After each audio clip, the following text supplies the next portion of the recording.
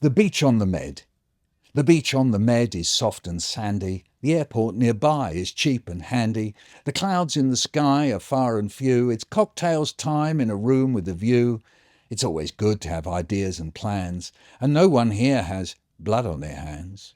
There are pics of old Gaza on the hotel wall. We bought an Arab rug in the shopping mall.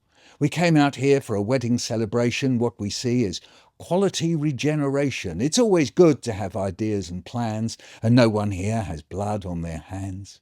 The people here are doing things properly. I myself deal with land and property. I reckon this place is going to be great for people like me in real estate.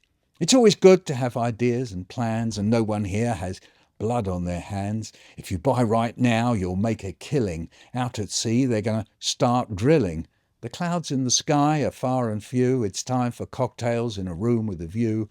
It's always good to have ideas and plans, and no one here has blood on their hands. I give you the bulldozer.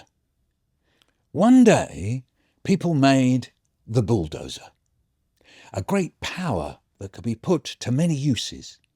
The bulldozer could move earth so that there could be roads and railways, and we would rush along, moving between villages, towns and cities, sharing what we make and know. Riverbanks and seawalls could be built with a bulldozer, so that the floods wouldn't come and overwhelm us. The earth could be flattened by a bulldozer, so that we could have houses and flats to live in, and it was good. And then, one day, people saw that the great bulldozer could flatten the houses and flats that men, women and children lived in. These, the men, women and children who the people didn't like, men, women and children who the people didn't want to be there. And these men, women and children would have to move, go, transfer to somewhere else. And it was said that if ever there were men, women and children who get in the way of the bulldozer, they could be flattened. Yes, people made the bulldozer, the great bulldozer, a powerful invention that can be put to many uses. I give you the bulldozer. There are no words for it. President Trump sits in front of his very large mahogany desk and talks about Israel. It's a small country in terms of land, I think, he says. See this pen, this wonderful pen? My desk is the Middle East, and this pen, the top of the pen, that's Israel. That's not good, right? You know, pretty big difference. A few days earlier, President Trump talked of Gaza being cleaned out. 1.5 million people just clean out that whole thing. Is Trump saying that he could move the people of Gaza and the West Bank out of their homes and create a larger Israel? He makes it sound like someone who's going to build a hotel in a downtown district and is moving people out of their homes and apartments. Well, he would, wouldn't he? I've looked online to see how our politicians and commentators have reacted to this. So far, I haven't found any of them saying that they're horrified that the President of the United States talks like this. I'm guessing that they think that if Western powers agree that a country should expand, that'll bring about peace in our time. A man sits in his palace, thousands of miles from a place lived in by more than 1 million people, and he tells them there is no alternative but to leave. He is a man like other men. If we take him out of his palace, take off his clothes and stand him next to this naked man over here, or stand him next to another naked man over there, we find that they are all men, simply men. But for one reason and another, this man is different, and thinks, or knows, he can tell more than 1 million people to go, leave, move away. And this barely causes a ripple. When they want to, politicians and commentators do horror and shock, disgust and pity. But on this occasion, on this matter, no. The man in the palace says that there is no alternative for more than 1 million people to go, leave, move away. And there is A blank, a space, an empty moment. The man in the palace goes to bed. The door is closed. He can't hear the rage outside. We must resist. Searching for peace is always a bit of a hunt. It's why we let Hitler have Sudetenland. And Hitler said, thanks, that claim is the last. My ambitions for land are all in the past.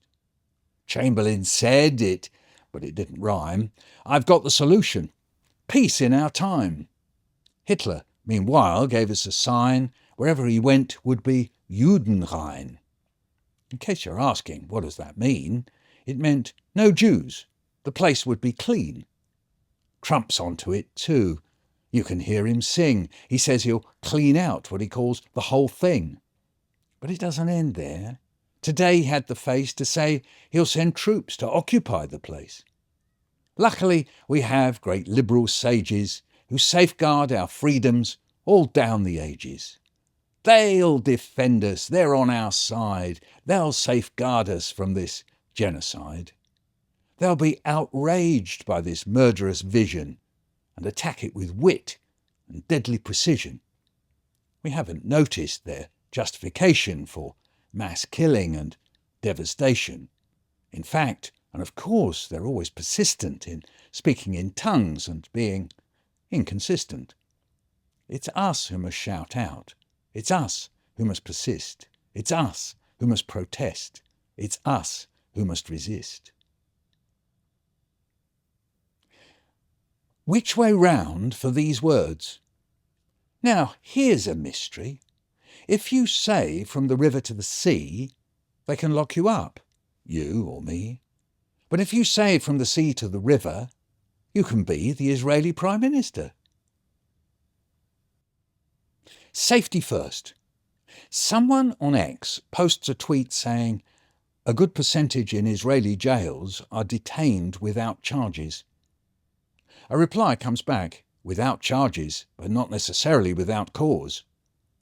I find myself thinking about this. What a good idea. If they arrest enough people, in the end they'll probably find someone who might be guilty of having done something that the state deems to be wrong. Meanwhile, best to keep the innocent in prison in case they do something wrong when they get out. Mass arrests, mass imprisonment, it's the way forward. Safety first. Listen to the silence. Shh. Listen to the silence. The silence from those who remind us regularly, quite rightly, of women in Afghanistan and Iran. For some reason, they don't remind us of dead women in Gaza. They don't say that the dead women in Gaza are unable to get an education. They don't say that the dead women in Gaza are unable to wear what they want. They don't say that the dead women in Gaza are unable to have hair how they want. It's almost as if, to coin a phrase, dead women don't count. Shh. Listen to the silence. Arrest the books. The Israeli security forces are arresting books again.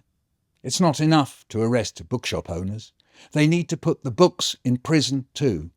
The time has come to lock up books. After all, how can the authorities risk having books they disapprove of sitting on shelves in a bookshop in Jerusalem?